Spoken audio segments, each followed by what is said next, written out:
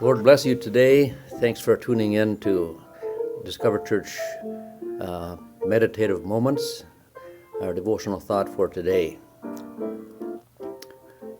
Well, we just came off a Memorial Day weekend, and it's a day when we honor our military, those who died in service of our country. It's also a day when many families make pilgrimages to the cemeteries where their loved ones are buried. And of course we go to clean the graves, to dress and the headstones and plant flowers and other kinds of things that we do. And that's not so much the main reason why we go, but we go to remember. My wife's family is buried in the Rice Lake Cemetery near Braham. There were other people, 2 or 3 other vehicles in that large cemetery that were also there doing some work on the graves of their loved ones. You know, we aren't able to do that every year. But this year, Barb and her sister Janice arranged for us to rendezvous at the cemetery where Barb and Janice's parents are buried, where aunts from Barb's side of the family are buried, and of course where we also have Barb's brother buried and our daughter. So if it's just a matter of dressing graves up or cleaning or cutting some grass and digging some turf, what's the use of making a visit to the cemetery? It's a long drive. It was a rainy day. You get on your hands and knees in the wet sod and you get dirty and muddy. But you know what?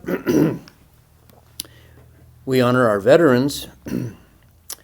And in a way, obviously, visiting a cemetery is our way of honoring our loved ones as well.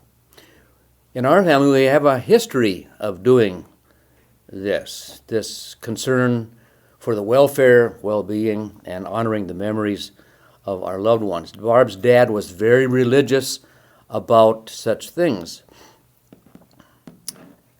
And many memories are aroused when you're wandering around in a cemetery where several generations of your family are buried.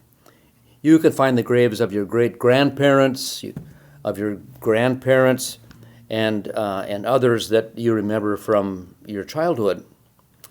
And of course, stories are passed down from one generation to another. Not everybody remembers all those stories, but some family members are better or know other stories that you don't know.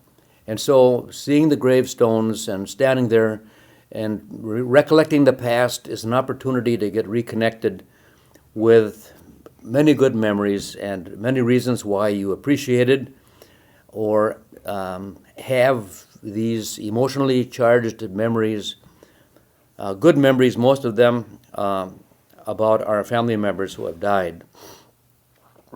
Some family members died at an early age, so when you look at those gravestones, you see mothers and their babies who died in childbirth. You find others who died younger. Both of Barb's aunts died in their old age. They were residents at Augustana Homa, and I'll make a reference to that in a moment. But Barb's own mother died at age 42 of cancer, and one of those 2 aunts of Barb and Janice came and lived in their home and was kind of a surrogate mother and housekeeper for those children.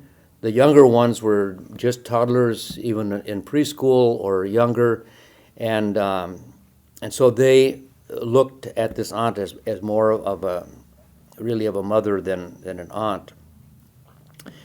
So all of these things, the death of a loved one and so on and so forth, are memorable events in our lives, and we do well to appreciate the good things that came out of even the bad times in our lives. There are many stories in the memory book, memory bank of each of our families. Those two aunts that I mentioned, they died later in Augustana home at a ripe old age. And Barb's dad would visit his two sisters in the Augustana home faithfully every Sunday afternoon. He took a thermos and cookies, and he went and chatted with his two sisters. In that way, he honored them, both for the effort they made in support of his family and just because they were his family members. Do you know that Barb's younger brother, Johnny Jr., actually, named after his father, when he became an adult, he also became kind of an apprentice carpenter, following in his father's footsteps.